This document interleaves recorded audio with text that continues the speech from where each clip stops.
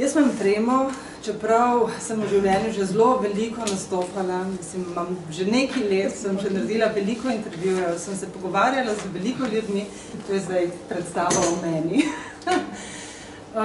Ampak zelo redko imam tako tremo in zelo redko, oziroma še nikoli nisem imela treh tako zanimivih ljudi, takole ob sebi, kot jih imam zdaj.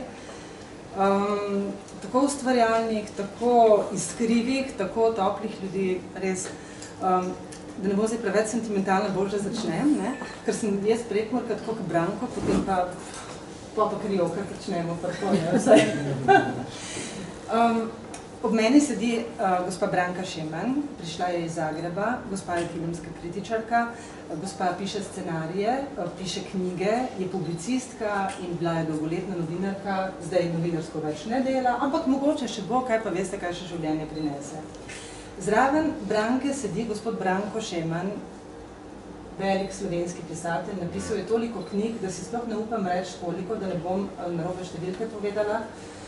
Branko je porodil iz Prekmurja, pa je potem živel v Ljubljani, imel zanimivo življenjsko zgodbo, napisal cel kup scenarijev za filme, tudi za tako pomembne prelomne filme, kot so Samo jednom se ljubi, kot so naše pomembne slovenske nadaljevanke, kot so Strici so mi povedali, pa še jih bomo omenjali in še o njih govorili.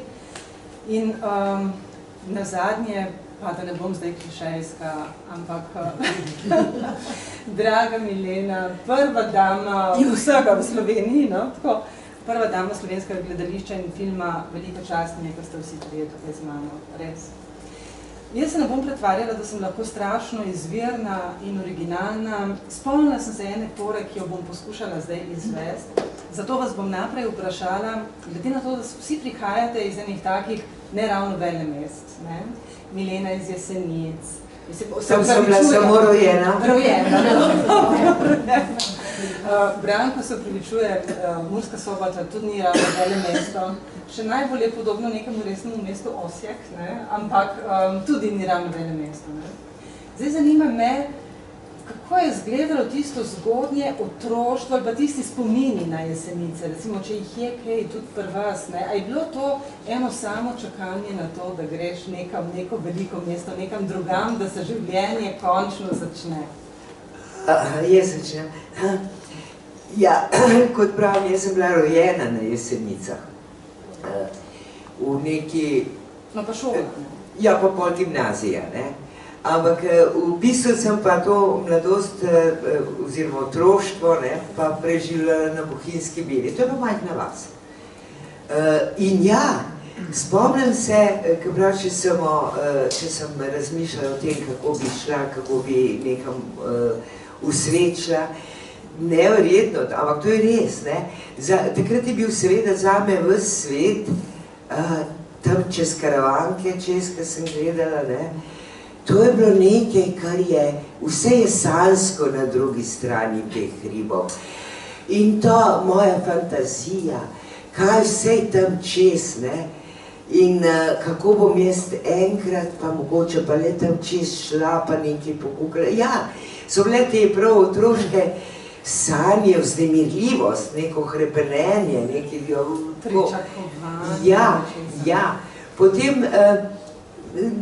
gimnazijo, ne, sem potem naprej na Jesenicah, to je bilo seveda, tam sem pa pravzaprav že vedel, da nekam boš šel, ne, naprej, po gimnaziji, da nekam te bo že pot vodila. Jaz sem sicer tam nekje proti koncu, kakšen drug letnik gimnazije, je meni šele prišlo ta, bom šla na akademijo, če nam naredila spremca, pa pač bom šla v službo, nisem, tudi malo ne mislila, da bi kaj druga šla študirati. Ampak seveda, tako kot vsako izmed nas in izmed vas, ne, imamo pač na gimnaziju lepe spomine, lepa druženja, ki so se z nekaterimi podaljšala še pol v življenje. Ja, je bilo otroštvo, seveda so bile te, ampak to so bile bolj sanje, ne, pa tako meni se je zdelo nekaj neverjetnega, ker sem bila omejena na ta mali prostor, na te vsakdanje opravke, nič se pravzaprav ni velikega dogajalo, ampak ogromno pa, ne. Ogromno pa. Ja. Se bom še vrnila nazaj k temu obdobju, zdaj imam enako vprašanje za vaju. Osijek, o Osijeku pravzaprav vemo zelo malo, tudi žal imamo premalo gostov iz Hrvaške, ki bi kaj delili z nami, ne, o teh zanimivih mestih, ki so nedaleč stran od nas. Ja se ispričavam, govorim po hrvaški, ali inače mučim slovenski, mučim prekmurski, ali sigurnija sam hrvaški. Osijek je najnesretnije mjesto. Bio je u Jugoslaviji nesretan jer je bio negdje u sredini. Bio je u Hrvatskoj nesretan jer je na istoku, na krajnjem kraju. I valjda, ali Osijek je Slavonija, dakle to je ravno, dobro, toplo, bogato bilo, sad nažalost je siromašno, ali je Osijek. Jako velika tradicija, jako ugledan grad u Austro-Ugarskoj, što je meni moja baka pričala i što sam osjetila iz obrazovanja u Osijeku. Ali šta je meni Osijek dao? Dao mi je snagu da sam jača, zato što dolazim iz provincije. Jer provincija je meni u Zagrebu davala snagu da budem uvijek bolja. Ja sam morala biti bolja i bila sam bolja i jača i talentiranija i uspješnija i sve. I to je ono što ja mislim da je najveća vrijednost provincije. U Zagrebu se sliši na glas nekoga, ki je iz Osijeka, kako se pri nas... Mi smo ponosni, jer to je čisti hrvaški, a u Zagrebu govore zagorski, koji ne razumiju Dalmatinci, a Zagorci ne razumiju Dalmatince, a Slavonce Osječane sviraju. No, to je lep, tista lepa hrvaščina. Branko, ti si se počutil Prekmurca bolj prej, ko si živel v Soboti, ali potem, ko si prišel v Ljubljano, ko si prišel v tisti zadnji letni gimnaziji v Ljubljano? Pa, da nadaljujem, ker je Branko govorila, kaj je to provinca. Provinca smo vsi štirje, ki smo tu. Vsi štirje smo prišli z province. Jaz sem iz majhne vasi, jaz sem koliko Milena iz majhne vasi, ne iz majhnega mesta. Provinca in to je recimo Slavomir Mrožek je rekel, ko je živel v Parizu, pravi, jaz sem prišel iz ene male polske vasi, če ne bom uspel v Parizu, se lahko vedno vrnem.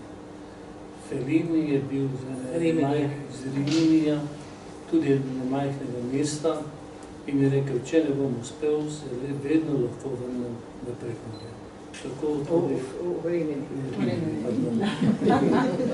Tako je tudi moj način gledanja tak. Jaz sem se rodil v bistvu v Mariboru, ampak v tranzitu, ker je oče in mama sta se umaknila takratnim Nemcem, Nemčurjem, ki so 36. leta dvignili glas, ker smo stanovali v takratnem Marenbergu, Radlahu ob Dravi. In mama je bila že v visoki nosečnosti in hitro sta odpotovala in jaz sem se potem rodil v Mariboru in to seveda nepričakovano točno 1. aprila. Tako da je vsak dan moj 1. aprila. In potem v Murski Soboti sem preživel mladost in nekako zelo hitro sem rasel, tako da sem s 5 leti že doživel to Prvo svetovno vojno in spremljala... Drugo prvo njegovo. To je demenca, vidiš? Branko, prav si povedal, to je bila prva tvoja svetovna vojna.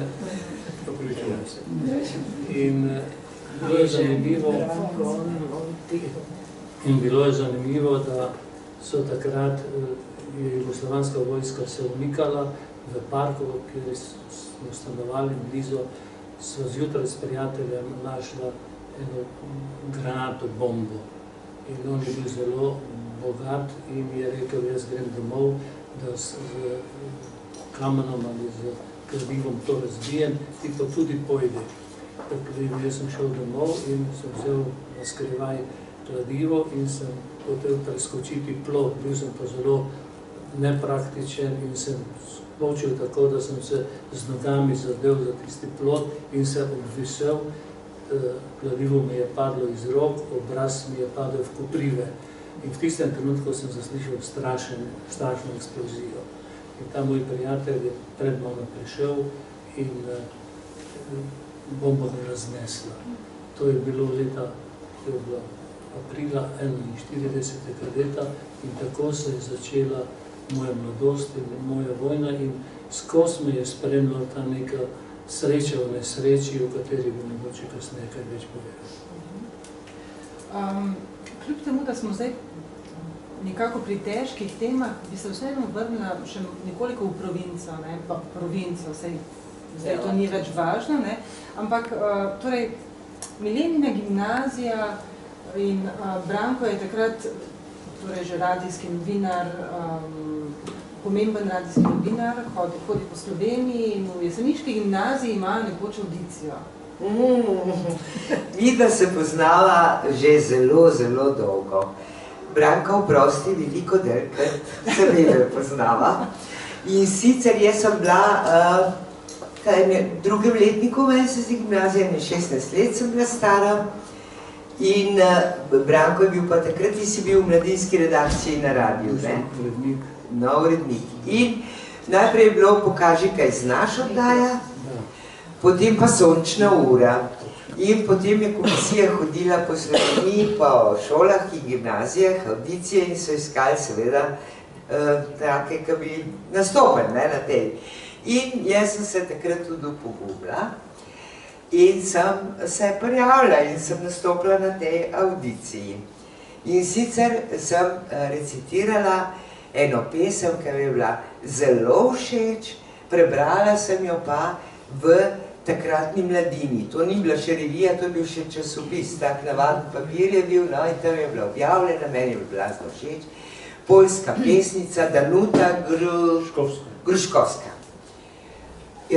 Zelo mi je bila všeč in jaz to nastopam, zdaj, to je že od tega več kot 50 let, ne, težko, da bi jo še znala, ampak nekako tako je šlo, niste mu dovolili, da bi postal človek, ali da bi, ja, mislim, da mojemu fantu s široko dlanjo in očali, zaustavili ste srce ali duh srca. Mislim, v glavnem, meni je bilo neverjetno lepa in jaz to odrecitiram, kar se je izkazalo, da je bil to psevdonim gospoda Branka Šemna. Da je bila to njegova pesem.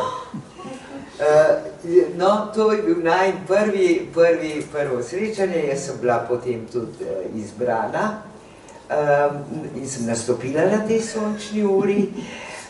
Mislim, da nas je bilo kar nekaj znamenitostnosti takole polne, pravzaprav v stoličju na nek način. Lado Leskovar, Elda Vilan, Alfi Nipič, Milena Zupančič. Super. No in pol pravzaprav se pa mi ne poznamo in nismo, res jaz jih imam za moja srčna prijatelja in Branko in Branka. Se nismo mi samo prijatelji, bi se rekli, poslovni ali pa poklicni, ampak ne, še marsikaj druga lepka. No, ampak zdaj še marsikaj lepka bomo povedali. Ja. Da pridemo do tega, kako se pravzaprav vsi trije potem poznate. No, zanimivo je, ker Branka se pravi je seveda zelo, zelo v svetu filma. Poleg vsega, kar počneta Milena in Branko in vsega, kar sem prej naštevila, da Branka počne, torej filmska kritičarka, ki pa ni začela svoje kariere s filmom. To je kar neverjetno, oziroma vsaj meni, jaz razumem, da je to zaljubljen film, da pa začneš kot športni novinar te povezave, ne znam najti, ampak zagotovo obstaja. Započela sam prvo, uvijek sam se bavila sportom i obožavala sport koji danas, ali zašto sam kad sam došla u novinarstvo, sam shvatila ne želim ići u gradsku rubriku. To te označi i možeš, ako pišeš dobro o povrću, onda ostaneš uz povrće. Ako pišeš dobro o tračevima, onda si zauvijek uz tračeve. Ja to nisam htjela. Ja sam rekla, ja ću biti sportski novinar i pokazat ću se kao sportski novinar, a pri tome ću se naučiti disciplini, ponašanju, ophođenju, točnosti, pobjedi, sve što sport nosi. A pa nije to tak moški poklic, takrat športni novinar? Kakav Muški, to je jedan od najljepših poklica. Stalno si s muškima. Jer sam ja izabrala muške sportove, da se razumijemo, to si htjela da kažem. A kako bi bila bolja ili najbolja u muškim sportovima, onda sam išla redom polagati ispite kao za suca u tim sportovima.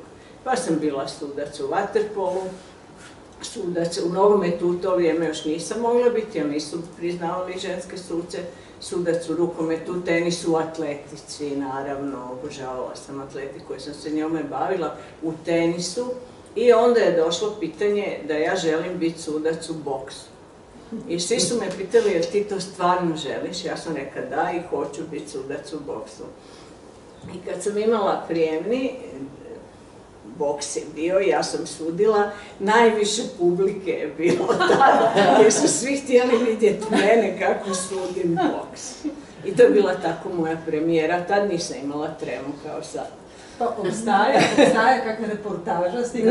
Ne, u ono vrijeme, mislim, nije to tako daleko, ali... Spomenik Branki kot veliki prvi... Ne, sjećaju se oni koji su boksali i sjećaju se oni koji su došli. Bio je recimo Ivo Štivičić tadi koji je gledao me i uvijek je pričao vidiš nju, moju slavu.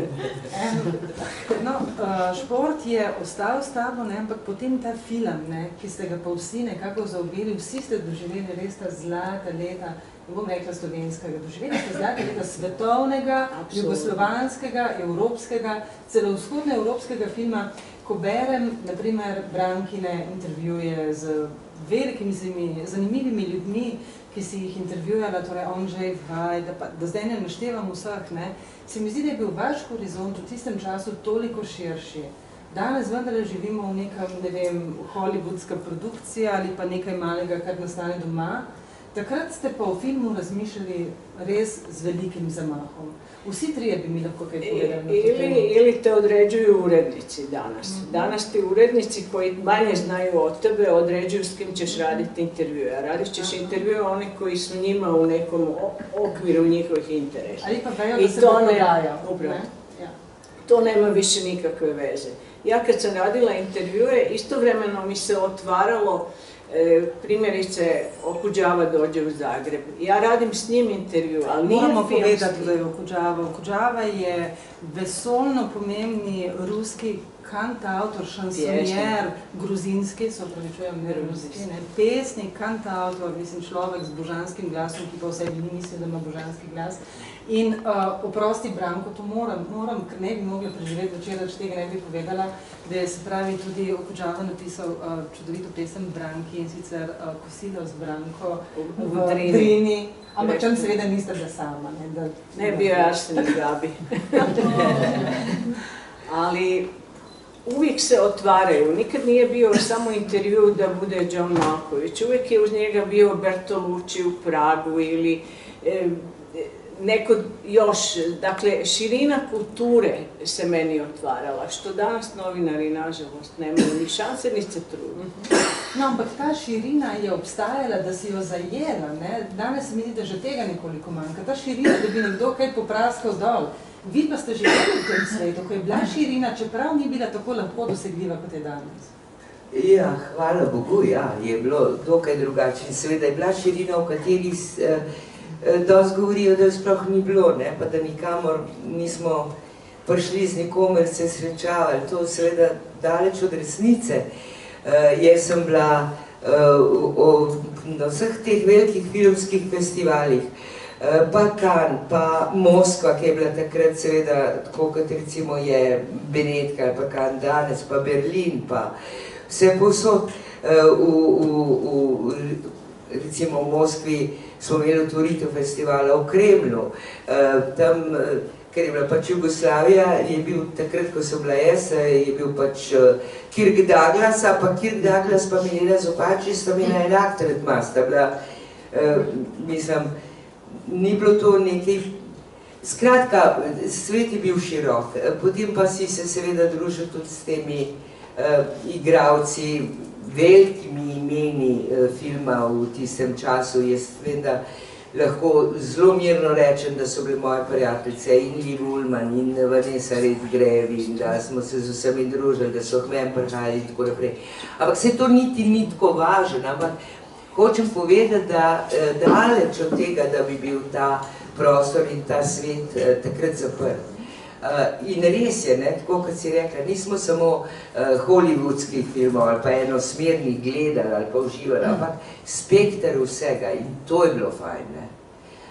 In seveda tudi v tistem času je bilo ta jugoslovanska filmografija zelo pomembna. Tlele je pa sploh Branko eden od teh, bom rekla, glavnih in prvih.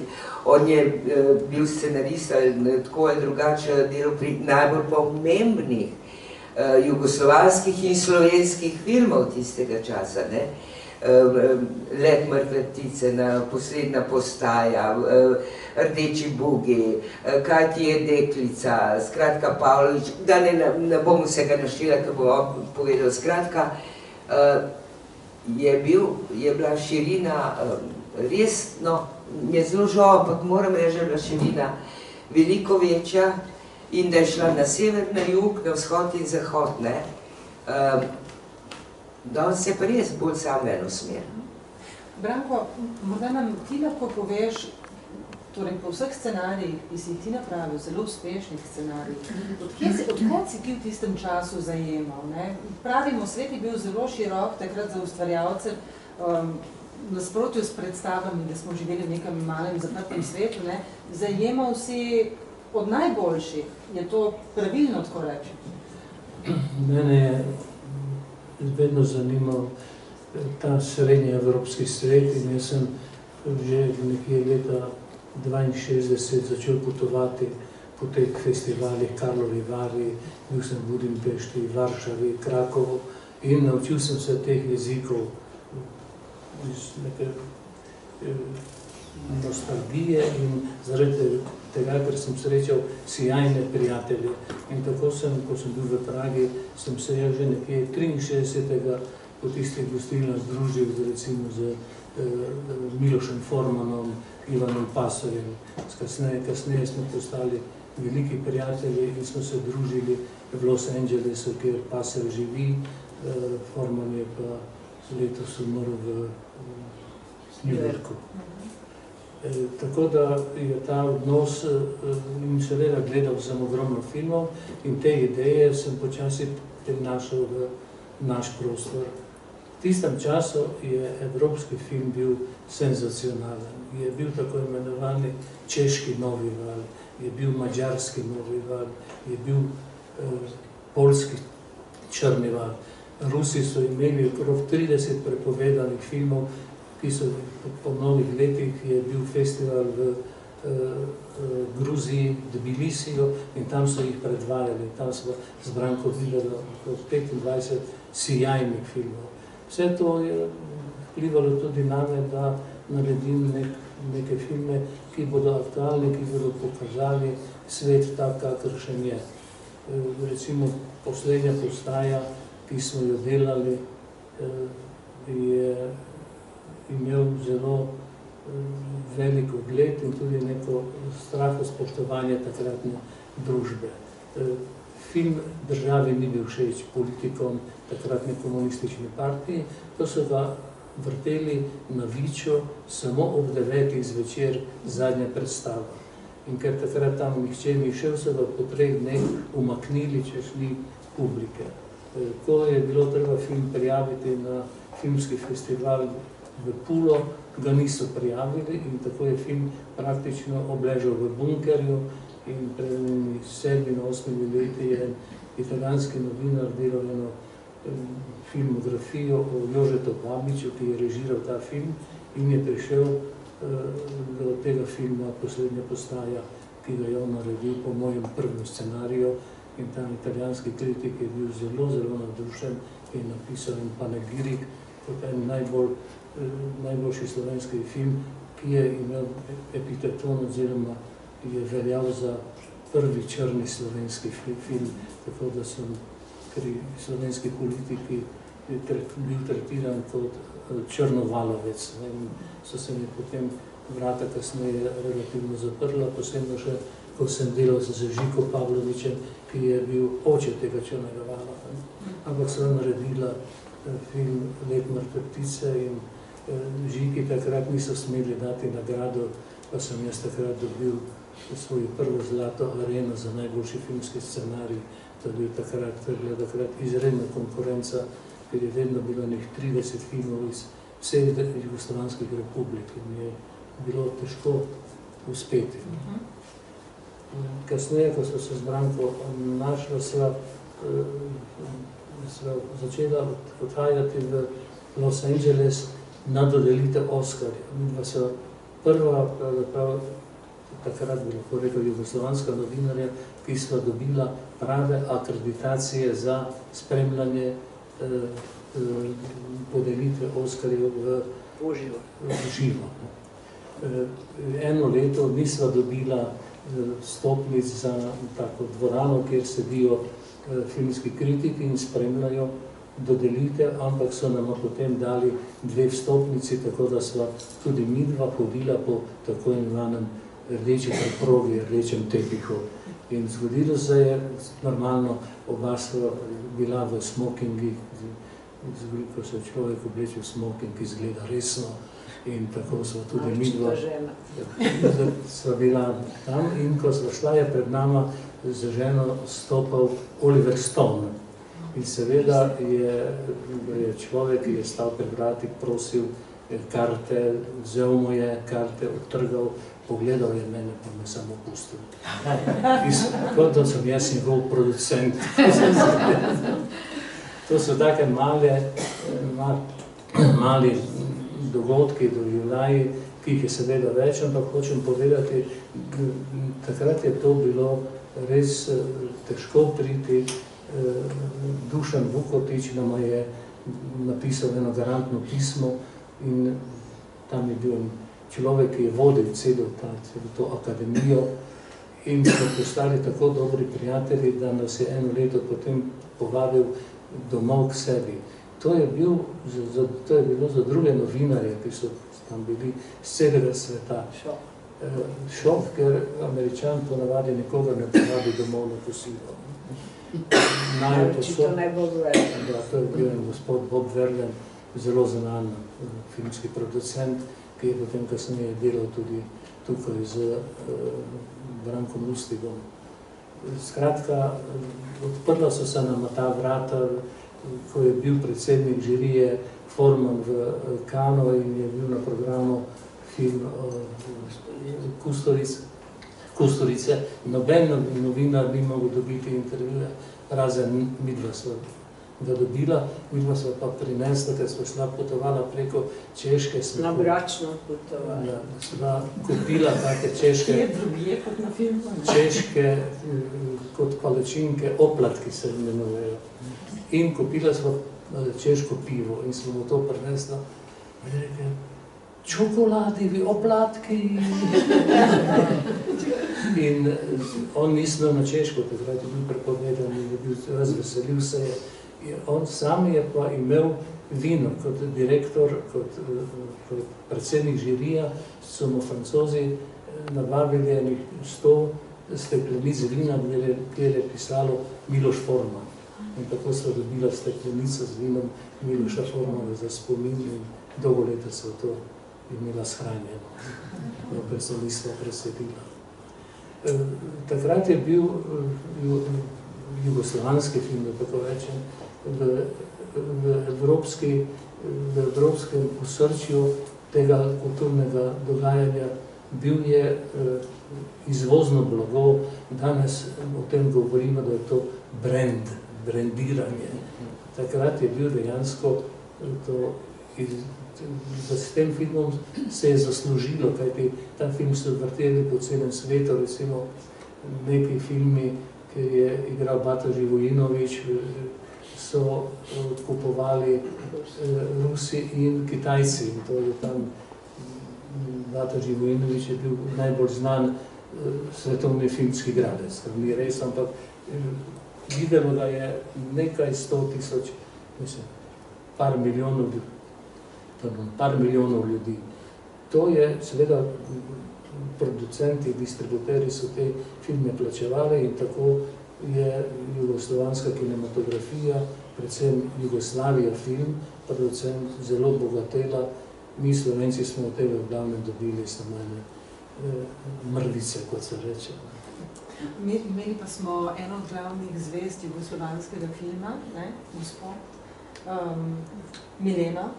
In me zanima, Milena, kako se pa ti spomniš tega zdaj, ko obstaja že ta primerjava, kako se zdaj snema filme? Dobro, vse vem, da primerjave so težke, ni takega obsega, vse je zelo nizko proračunsko, torej v današnji Sloveniji. Jaz zdaj predvsem zelo malo vem, kako se snema, ker ne snemam. Zelo malo, ne? Zadnji je bil... No, zelo malo. Ta zadnji film je bil, kaj že bil? Srečen za umret. Ja. No, pa je tudi kar nekaj let. Predtem je bilo tudi ne 9 let, da je bil en. Predtem je bilo pa 15 let, da ne. No, v glavnem ni važno. Zdaj se seveda snema drugačne. Takrat se je snemal na trak in trak je bil drag in je bilo treba šparati. In se je bilo treba zelo truditi, da si čim manj ponavljal, ne. Potem je šlo to v razvijanje, je prišel trak nazaj, se je recimo pokazalo, da nekaj ne štima, tehnično ali kako drugače. Pa si moral cele težke prizore, recimo, ki si jih že posnel in mislil, da jih imaš za sabo pred enim mesecem, ponavljati. Ampak bilo je pa nekaj druga. Mislim pa, da je bila ta pripadnost filmu od prvega tehnika, tistega, ki je tračnice postavljal, električarjev do režiserja. Mislim, cel spektr teh ljudi je bil pa neskončno privržen filmu, radi so ga vsi imeli, znali so delati, prijatelj so, res, pri vsakem filmu smo bili pravzaprav ena družina, ne. Pa kako tudi slovenski igralci, srpski, pa tudi drugi, seveda se to je bila velika, to je bila pa ena velika prednost. Jaz sem jo k sreči malo še ujela, da je bila ta širina veliko večja, veliko več nas je bilo igralcev na celem prostoru, kot potem, mislim, se to je logično, ampak to je bilo veliko, ker smo nekako, jaz sem vedel in na filmu in v gledališču, zmeraj pravim, smo na nek način, ampak mislim v žlahtnem pomenu, kradli drug od druga. Recimo, srbski igralci so kradli od slovenskih igralcev, to neko strogost, visoko profesionalno so oni rekli.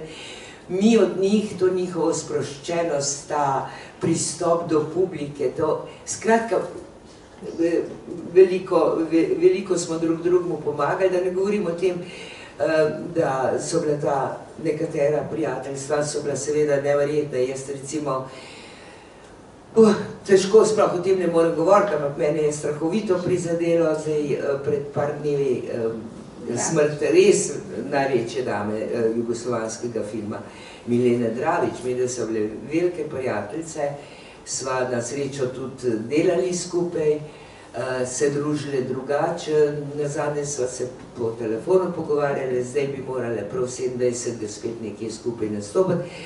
Skratka, to so stvari, ki so bogatile nas kot ljudi, kot profesionalce.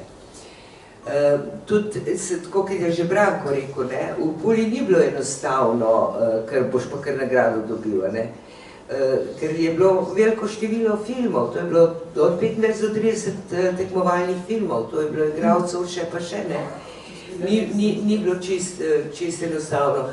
No, in zdaj, ko sem želih pri Puli, v Puli sva se prvič midva z Branko srečali, takrat je bila ona kritik, v vlogi kritika si bila, če se prav spomnim. Opaki, da. Mislim, da sem ja bila sa filmom Kormoran. No, tukaj so se midve prvič. Torej, to so bila tam 80-ta, prva polovica 80-ta. Nekje, je zato časovno približoniran. Ja, tukaj so se pa z Branko hitro najdle. Odmah, in celo noč. In celo noč so se najdle. Do vlaka, do zelena. In to celonočno srečevanje, upemo, da se še dolgo ne vnehalo. To traje še uvijek. Zgodba o zelenem vlaku. Kar naprej govorite o zelenih vlakih, se pogovarjam z Branko, pa ima v glavi zeleni vlaki, nekje vozi. Mi lahko to razložite? Kaj to pomeni? Zeleni vlak? Zeleni vlak je počeo u Pulu, odnosno počeo je na Zagreb-Ljubljana. Kad smo se mi upoznali, Branko je još radio u Ljubljani, na radio televiziji i onda je išao Zagreb. To je bio zeleni vlak. Ali taj vlak je išao do Pule. I onda je Milena morala se vratiti rano ujutro i vlak je išao rano ujutro, ali mi nismo, nije nam se spavalo, pa smo iskoristili kako nam je lijepo družit se u hotelu Pula, sjećate? Nismo bili u šminkerskom hotelu Histrija, nego u Pulu. I to je bilo dolje na tepihu, na Sagu, i to je trajalo do zelenog vlaka. Do zelenega vlaka, dobro, zdaj razumem. A poslije je bilo u Zagrebu, ali nije više bio zeleni vlak, jel? Na balkonu. Da, mislim, svugde ne voze vozovi. U Vukovaru, na primjer, bio je brod po Savi. Bijeli brod. Po Dunavu. Po Dunavu, Savi. Ali dobro, Branko nas ogovara za Vukovar. On že ve, kako je bilo v resnici, ne? On govori o našim honorarima v Vukovaru. Ja. Ampak to, ko ste zdaj govorili, nismo bili v šminkerskem. Ne, nikrat. Kako, vi ste prišli najbližje, recimo, teh, pravzaprav vsi trije, teh res zvezdnikov, ne? Bata Živojinović je omenil, Branko, potem Milena Dravič, kot ste lepo rekli. Kako so te ljudje živeli? Ker danes bi si predstavili, kakšne zveze so bili, da so jih vozili okrog z limuzinami, da so živeli v najboljših hotelih, da so, ne vem, jedli, zdaj se smišljujem, samo Kje pa. Limuzina je takrat na razpolago, kadar pridejo, da poslikajo pa posnamejo, ne? Da ljudje mislijo, koliko nam je fajn, niti približno, tudi Mileni Dravič, tudi Batine. Najbolj normalni ljudje Milena sploh, to je bila ena krasna, preprosta, nezahtevna, ampak to slikanje je pravzaprav tisto, ki varljivo sliko daje, kot da se nekdo zvezdniško obnaša ali zvezdniško živi, daleč od tega. Daleč od tega. Tudi recimo... Torej, igralo se ni za denar, igralo se ni za velike dobičke, za milijonske pogodbe, igralo se... Seveda ne, ampak bilo je pa veliko boljš plačen kazalc. Veselje tudi. To pa tudi res. Jaz sem si za prvo filmsko vlogo kupila spačka. Če bi zdaj posnela film, si ne bi mogla zimskih gumb. Ne bi bilo nositi. Mogoče 2, 4 sigurno ne. Ne, tudi, kaj je s tem? Sej nobeno ni nič manjkrat, pravzaprav, družili smo se, lepo smo delali, mi smo pa, ne, to reveži pa spet nismo bili, ne. Samo jednom se ljubi, ne, Branko, to rada bi slišala, kaj v tem filmu, pravzaprav tem, kako je nastajal ta film, to je še eno od teh, mislim še, da ne, se jih ni tako veliko, eno od res kultnih, pomembnih, velikih filmov, ki ti je tebi ustvaril ponovno težave, ne? Branko vedno nekoliko išče težave, že v študentskih letih, to bomo še povedali, kako je bilo z Brucem, pa potem novi val, poslednja postaja, vedno se zatakneš v nekaj, kar je nekoliko tesnobno, nepriljubljeno, kar verjetno tudi sam veš, da bo sprožilo neke težke reakcije pri oblastih, ne? Kot Čuvara. Nije v širinu, zelo konkretno pri, kaj bo Stipe Šuvarok. Ja. K sodelovanju me je takrat povabil Rajko Grlič, ki je imel en tekst, en dnevnik, ene balet, stare gospe, ki je bila baletka, pa ta tekst ni bil Bog ve kaj dobro napisan in na podlagi tega sva midva odšla na en otok, bila tam teden dni in napisala prvo verzijo scenarija in potem drugo in tretjo in glavno vlogo je igral Miki Manojlović, s katerim sem še danes zelo dober prijatelj in ko prihaja v Zagreb, se vedno srečava in druživa. Ta film je bil zelo kritičen, kajti to je bila usoda enega udbovca, ki živi v eni malomeščanski družini in ta družina, ta malomeščanska družina v bistvu zlomi. Tako da je to poraz enega bivšega udbovca, predstavnika takratne Jugoslavije in takratne udbe in to takratni politiki, predvsem na Hrvaškem, ni bilo všeč. In takrat so nas povabili na direkcijo Jadran filma in rekli, da bolje, da več ne sodelujemo skupaj z Rajkom Grlićem. Rajko se je potem malo ustrašil in začel je delati ene ljubezenske, dobre komercialne filme. Jaz sem pa potem v Beogradu srečal Živojina Pavlovića in sem delal z njim.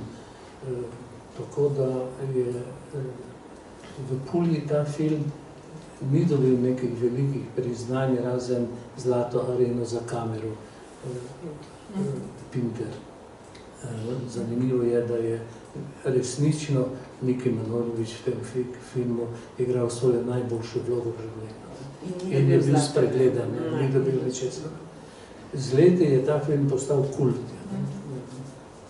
Ko sem bil v Ameriki, sem bil v enem razgovoru z ameriškimi študenti in oni so ga poznali, oni so ga vrteli tam in so se učili. Tam je kup lepih scen, ljubezenskih, erotičnih, kar je bilo za tisti čas v Jugoslaviji redko, simpatično in mislim, da na umetniški ravni. V Kanu je bil, ali ne od službe. Da. V Kanu je bil, niso nas, takrat nas ta službena Jugoslavija film ni nekako spoštovala, tako da so z Rajkom Grlićem po Kanu sama lepila plakate po drevesih. In ko je bila projekcija, ogromno ljudi je bilo tujih novinarjev, kritikov v glavnem, je prišel en stari gospod, kritik Jirži Plaževski proti meni in je že žvižgal pesem Samo jednom se ljubi. V dvorani je pa bilo nekaj Jugoslovanov, ki so žvižgali iz protesta in med njimi je bil tudi Veljko Bulajić.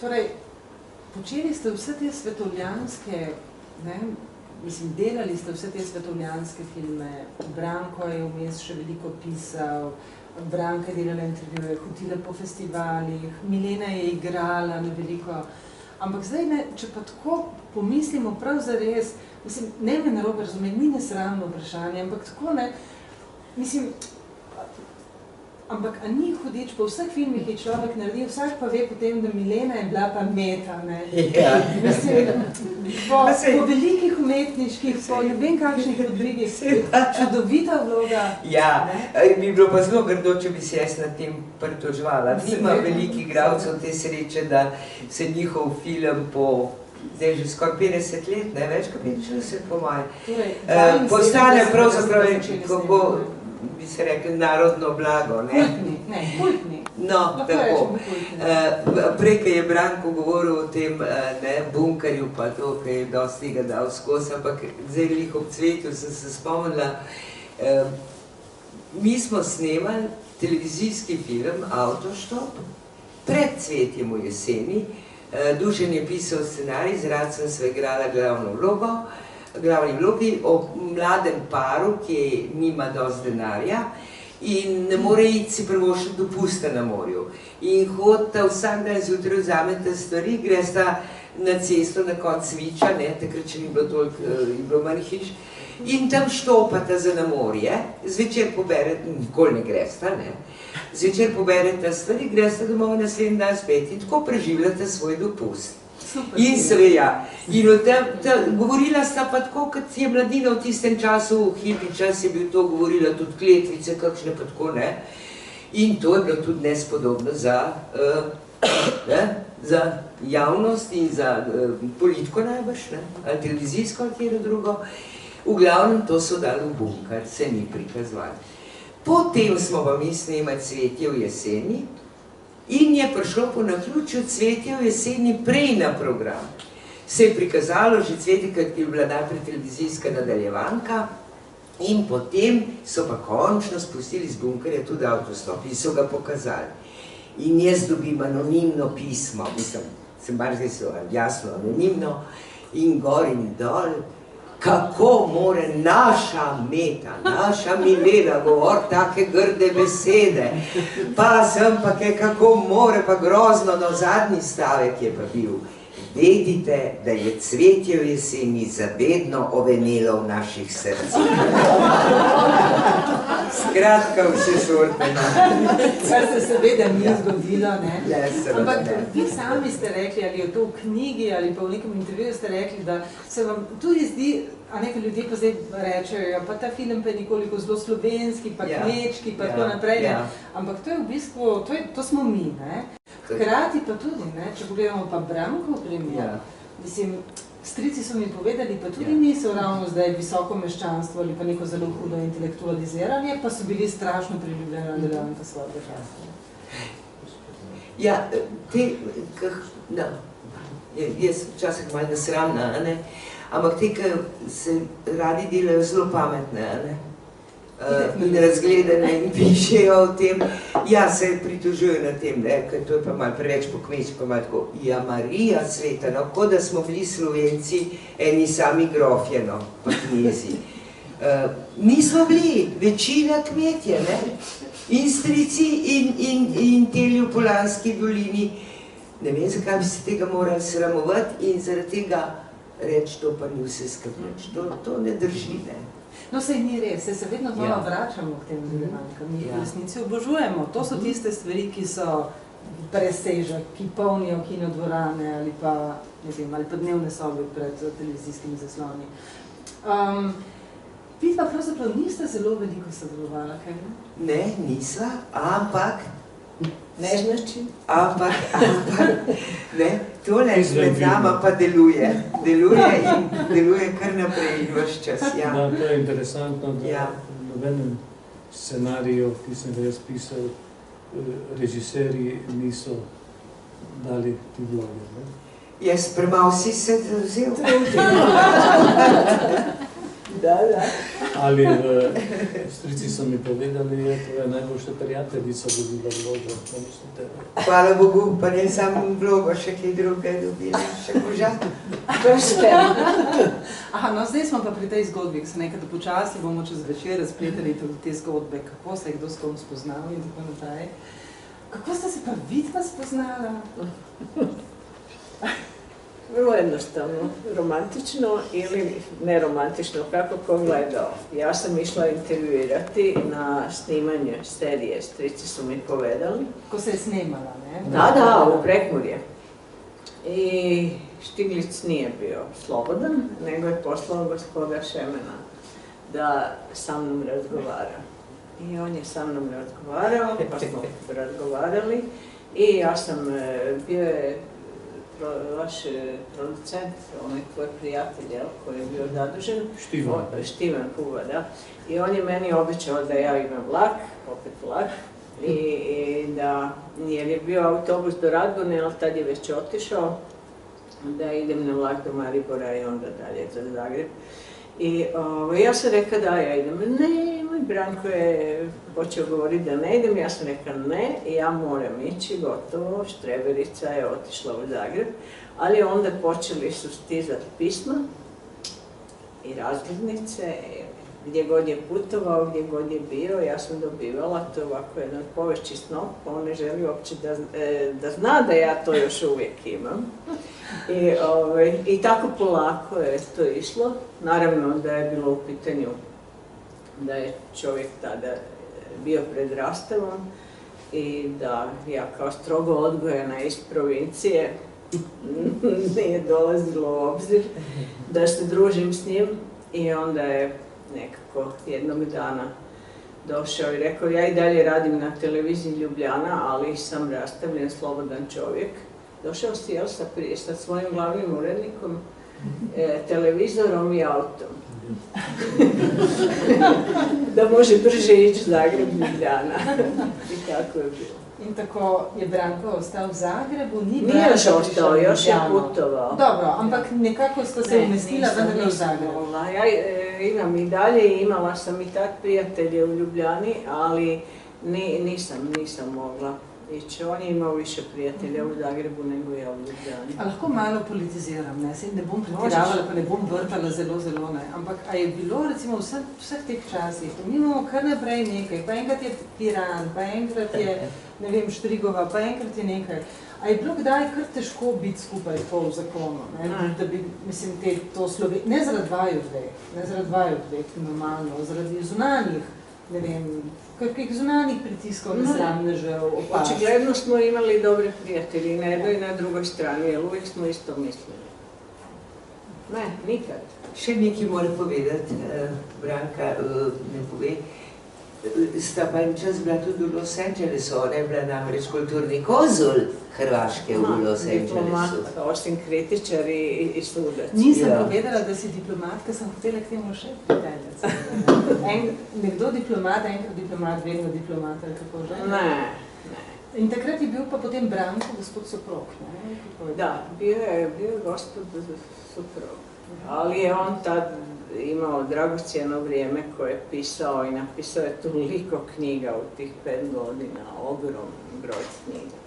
Kaj pa tisti scenarij, ki je sicer ostal v predalu, za zdaj še čaka, se medi, ampak... 3. Imamo 3 No, tega, za katerega si tudi dobil lep hollywoodski honorar, ne? Ne. Da, napisal sem scenarij o holokaustu, v stvari o ljudeh, ki so delali v krematoriju in so pravzaprav dobesedno metali ljudi v peči. To je, imenovali so se Sonderkommando. In to je zelo srhljiva zgodba. Pisal sem jo v Los Angelesu, ko sem napisal prvo verzijo, je producent rekel, da to je vredno $20,000, napiši, nisem zadovoljen. Potem sem napisal drugo verzijo, to je zdaj boljše, dobil boš večji honorar in tako da smo prišli na relativno takrat visoko ceno $100,000.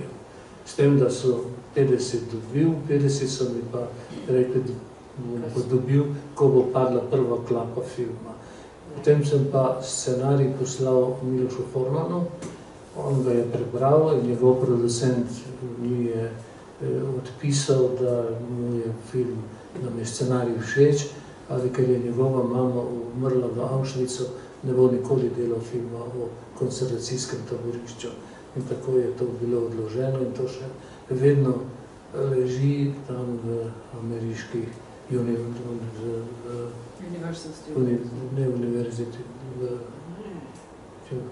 katerem producentu sem? Paramountu. Tako da je to bil eden redkih mojih velikih uspehov, sploh pa tudi uspeh enega slovenskega scenarista. No, to premalo poznamo, ne? In to še vedno čaka, mislim, da bi bil to še vedno zelo, zelo dober film. Slovenec in Prekmurec, oprosti, zdaj ne obračam na smešno, v tej sem tako malo lokalpatriot, pa sem tudi ponosna, ker imam korenine tam iz tistih koncev, Branko. Kako je to s knjigami? Kot rečeno, Branko jih je napisal res veliko, sploh v obdobju Los Angelesa. Omiljeni knjigi pišejo drugi in to zelo dobro, sploh ne vem, zakaj bi se sama mučila, ne, tako rekoč. Medtem ko pa Branka je pa tudi avtorica 3 knjig, ne, zdaj jaz poznam samo 2, kako 4. Zgodba Antona Vrdoljaka, potem zbirka intervjujev, kjer so notri vsi tako pomembni intervjuji. Malkovic, se upravičujem, sem pozabila našteti. In seveda še tvoja knjiga, zadnja knjiga, torej polovica, kako bi to v slovenščini prevedli, moja polovica Jabolka. Zelo zanimiva knjiga, v kateri se Branka ukvarja s kabalo, kaj je to s kabalo? Stara židovski... Dobro, to vem, ampak... Šta je s kabalom? Ja sam u kabali dulje nego Madonna, a ona je jedno 12 godina, a ja sam 21. Ne, nije pri meni, nego u LA-u. Mi kad smo počeli, Branko i ja ići, to je bila jedna mala crkvica, bivša katolička crkvica od Meksička. I mi smo ušli tamo, bilo je vrlo zanimljivo, vrlo ljubazni ljudi i sve. I prihvatili su nas, počeli su nam govoriti šta je to, koliko je to 7 čvorova, 7 molitvi, s tim da ti kabala dozvoljava da budeš svoj, da imaš svoju vjeru i da je 7 molitvi koje ti izabereš i da vjeruješ u ono što ti misliš da treba vjerovati. I dok vezuješ te čvorove, ti na to misliš. Nema nikakvih religioznih oblika, ničega. A onda počnu brojke i ta stara tradicija iz 13. stoljeća kabale, to je puno teže i to se nikad ne može do kraja savladati. Dakle, pokušaš, ali trudiš se. Ne znam, meni, ja moram priznati da ja pripadam tome dobro. Poštujem, izuzetno poštujem i po obitelji židovsku vjeru i porijeklo, ali nikad nisam pripadala religioznoj opciji, nikoje vrste. Tako da sam se našla u tome gdje ja mogu birati sebe, bez religije. To mi se jako sviđa. Kaj je to? Torej, občutek pripadnosti ali je tudi to nekaj, kar rabiš? Nemaš pripadnosti. Je to nekaj, kar potrebuješ sama si sa sobom, da. To rabiš da si... Sam si sa sobom. Recimo, mi smo bili u Haifi, ušli smo kod njih u taj kabala centar. Oni su nas prihvatili, oni su plesali sa Brankom na muškoj strani, sa mnom na ženskoj. To je bilo sve tako otvoreno, tako bez opterećenja da te hvataju, da ti nešto nude, da ti očekuju od tebe, da ti obavezuješ se na nešto. Unbelievable. Prema ostalim religijama, da to nazovem, iako to nije religija, to je stoljetna, tisućljetna nauka, pripadanje. Branko će reći više, on zna te filozofske strane kabale. Branko, bom dopolnila vprašanje. Torej, če ima Branka kabalo, kaj pa imaš ti v svojem življenju, tako da te, ne vem, da ti je mogoče trenutek, ko se posvetiš sam sebi, ko razmišljaš o sebi, ko razmišljaš o življenju na splošno. A imaš kako orodje, ne? Jaz verjamem v velikega graditelja vseh svetov. To je nastalo na podlagi prostozidarstva, ki jo že okrog 30 let proučujem, prebiram in o njem pišem. To je ena filozofija poštenja, dobrote, da bi vsi ljudje bili enaki. O prostozidarjih ali o masonih ljudje imajo različna mišljenja, v glavnem negativno. Ker temeljijo na predsotkih, tako kot številna naša prepričanja in ne poznavajo. Zanimivo, Branko, hvala mi enormno, ker mi pomagaš upravljati delo. Zanimivo, kako si ti začel preučevati to, ne? Jaz sem spomnila se, ko so se nekoč o tem pogovarjali v nekem intervjuju in si rekel, zelo veliko je bilo naenkrat, ko je preučeval zgodovino prijateljstva Slovencev in Hrvatov, veliko nekih nenavadnih obiskov poti med Zagrebom in Ljubljano in si prišel do zgodbe, je tako? Tradicija Hrvatov je zelo velika in med obema vojnama so slovenski intelektualci prihajali v Zagreb v eno od lož, to je bila loža Maksimilijan Vrhovec. In ko sem pobrskal v teh imenih, sem ugotovil, da so bili to zelo znani slovenski intelektualci, med njimi tudi Milan Vidmar, to pomeni brat od Josipa Vidmarja. Milan Vidmar je bil odličen šahist in on je bil prosto zidar, skoraj nihče ne ve o tem. In še mnogo drugih, da bi predolgo trajalo, da o tem govorim. In to je nekaj, kar sem potem poglobil, našel po svetu. To so sijajni ljudje, to je konstitucija, ki pravi, prosto zidar ima rad svojo domovino. Prosto zidar je pošten. Prosto zidari hočejo iz dobrih ljudi narediti še boljše ljudi. Tako da tu ni nobene zarote, nobenega ubijanja, nobenega nesporazuma.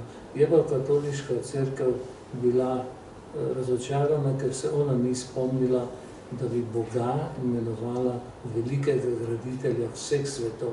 Kajti mi mogoče tega ne bomo dočakali, ampak pogled v svet, v vesolje se odpira. Osebno sem prepričan, da so še zemlje, planeti, na katerih živijo ljudi. In potem katoliška cerkev več ne more reči, Bog je ustvaril zemljo v 6 dneh in tako dalje. Ustvaril je več zemlje. To pomeni padel v vodo ta katoliški dogmatizem. Ampak prosto zaradi nimamo s tem ničesar. Mi razmišljamo po svoje in pustimo tudi drugim veram, cerkvam, da razmišljajo tako, kot želijo, hočejo ali hoče celo morajo. In čeprav razumem, Branko, ti še vedno zelo veliko tudi preučuješ, še vedno pišeš knjige, zdaj 3. je že končana, je... 3 so že zunaj. Za 2 meseca izide tako imenovana prostozedarska abeceda, kjer pojasnjujem nekatere stvari, potem pa sem začel pisati tako imenovane antimasonstvo. Vse, kar so ljudje po svetu, predvsem cerkev in politični sistemi, to pomeni fašizem, nacizem, komunizem, delali in se negativno obnašali do prostozedarjev. Malo kdo ve, da je za vreme Druge svetovne vojne v času NDH, nezavisne države Hrvatske, bilo leta 41 zatrtih 41 oziroma 42 prostozedarjev v Jasenovcu. Da so bili tam 6 mesecev, na kar so na pritisk takratnega nemškega generala, ki je bil zadolžen za spremljanje nemške vojske oziroma ustaške vojske na Hrvaškem, da so potem te ljudi izpustili. Nihče ni vedel, da je ta nemški general pred začetkom vojne bil tudi prostozedar. Zato se je za njih zavzel. Tam je bila ena gospa Budisavljević, ki je reševala otroke s Kozare. Okrog 7000 jih je rešila otrok. Njen mož je bil zdravnik in je bil prostozedar. In kup teh prostozedarjev je njej pomagalo, da je ona lahko rešila te ljudi, se sama ne bi mogla. Ona sta potem, mož in žena, bila po vojni razočarana, vrnila sta se v Innsbruck in sta tam umrla. Tako da, to je polno teh odnosov, ki so, če človek to analizira, zelo pošteni in zelo humani in žal jih vsi mi premalo poznamo. Pa i svećenici i časne sestre. Dobro, ker sem ob tem, ko sem brskal o teh prostozedarjih v Jasenovcu, sem letel tudi na druge podatke, recimo o tem, da so leta 1942 v Jasenovcu zaklali 7 slovenskih duhovnikov. Da je bilo zelo grozljivo, da ni bilo tako naivno, kot zdaj nekateri hočejo prikazati, celo da so imeli presne vaje in akademijo glasbene in tako dalje. Celo filme snimajo zdaj. Tako da je to en velik kompleks zgodovine, ki je še vedno neraziskan. Milena, moram tebe enako vprašati, kaj pa tebi daje ta tvoj notranji mir, pa zbranost? Ti tega tako zelo veliko potrebuješ pri tvojih vlogah, da se zbereš, da si perfektna, ne glede na vse, kar se ti v življenju zgodi, tudi ti si samo človek, tudi ti imaš najbrž težave, ampak prideš na oder in si briljantna.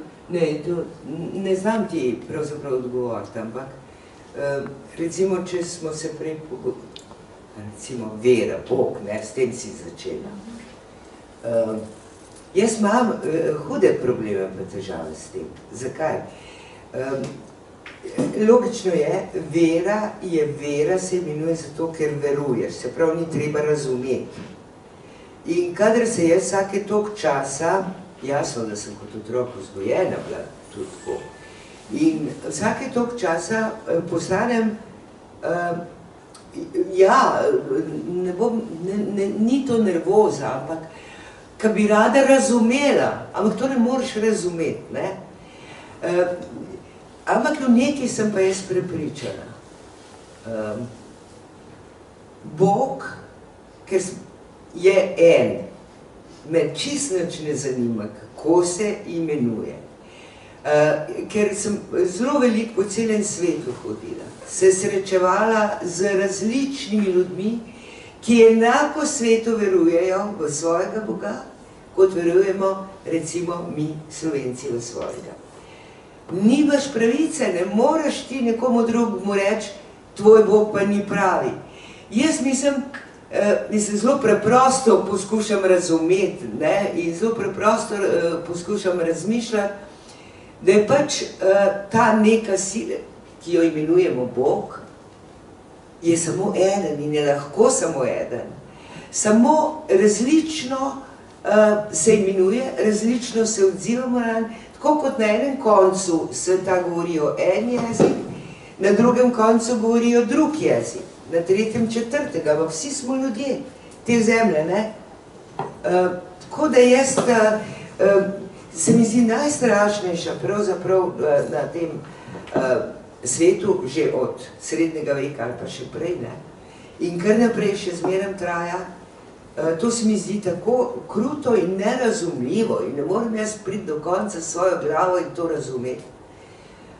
Te vojne, ki so pretežno se začnejo ali pa so najbolj grozne, velika večina, ravno zaradi teh verskih sporov med sabo. To je strašno. To je strašno. To je nekaj, kar recimo ljubi Bog ne bi smel dopustiti. In to mene, jaz grem zelo rada, jaz grem pogosto v cerkve, jasno, ampak grem pa vedno takrat, ker ni nobenega, ker je mir. Ker je mir, ki je tišina, ki lahko razmišljam, ki se lahko znotraj kregam s sabo, ne razumem ali pa razumem, ampak me navdaja to z neko posebno energijo in mirom in tako. Najbližje recimo, če sva rekli, če koliko mi to pomaga pri vlogah v to. Ne more dosti, ampak recimo v tem smislu mi je Dostojevski besi Marja. Ta mi je najbližja. Ta mi je najbližja, ker govori o tem, ki zanjo je Bog in vse mati zemljica. In kako, ko je na tej zemlji, ko potoč se uleže, toči solze, pa ni rečeno solze žalosti, ampak solze tečejo kar same od sebe in grejo toliko in toliko lafter noter v zemljo. In je vsa ta vera, vsa ta Bog, vsa ta mir, vse to, ta blaženost, to nekaj posebnega, ker ne znamo razložiti. Ona mi je bila po tej, mi je najbližja, mi je nekako tako, jaz tudi ne moram z rokavicami po zemlji riti, moram z roko, moram se dotikati, najbližja mi je. To ja kažem, ja najradije bilo gdje u svijetu kad putujem idem na groblja. Meni su, to je pa upravo to, meni su groblja gdje su svi isti. Bez obzira na vrstu križeva, spomenika, luksuzane, svi su isti. Vsi imajo neko posebno energijo, ker so vedno zbirali, ne za svoje pokojne, so zbirali od starih Grkov naprej, do Inkov in tako, mislim, in vse vmes, so resnično povsod in tudi pri nas, ne, so zbirali najlepša mesta, oziroma mesta z neko posebno energijo, kjer ni treba, da ti si tam pa da jočeš ali da se veseliš nič, ampak je nekaj, kar je, to so za svoje pokojne vedno znane, zato je na pokopališčih tako izjemno, pa ne bojo ali inkovska, ali judovska, ali irska, ali recimo ta pokopališča v Ameriki, Arlington, ki so fascinantna, te vojne, ki vidiš na stotine in stotine teh belih križev. Povsod je nekaj, kar te, ne da te glih stisne, ampak ti da pa nek čudna umirjenost. Ja sam bila u Berlinu kad se srušio se Berlinski zid i otvorio se istočni Berlin. I onda sam htjela po svaku cijenu ići na židovsko groblje u istočnom Berlinu, da vidim da li uopće postoji s obzirom na komunizam, fašizam. Dakle, najveće židovsko groblje u Europi, u povijesti, još kad su bili židovi najmoćniji u Berlinu, je netaknuto u istočnom Berlinu. To je ući u njega, to se naježiš. Svi su kao da su živi, svi su tamo. Nije ga ni jedna bomba, ništa ne dotakla. To me impresionira. Ima neka snaga u tome. Torej, dragi prijatelji, kot rečeno, uvodoma sem iz enega zelo majhnega mesteca, iz majhne vasi in se vam zahvaljujem, ker sem z vami nocoj res prepotovala cel svet. Res hvala, se upravičujem, če sem koga užalila s tem tikanjem, malo je prišlo iz treme, ampak bilo je zelo spontano. Hvala, ker ste prišli in hvala, ker ste delili z nami vse te lepe zgodbe, ki ste nam Hvala tebi. Hvala tebi.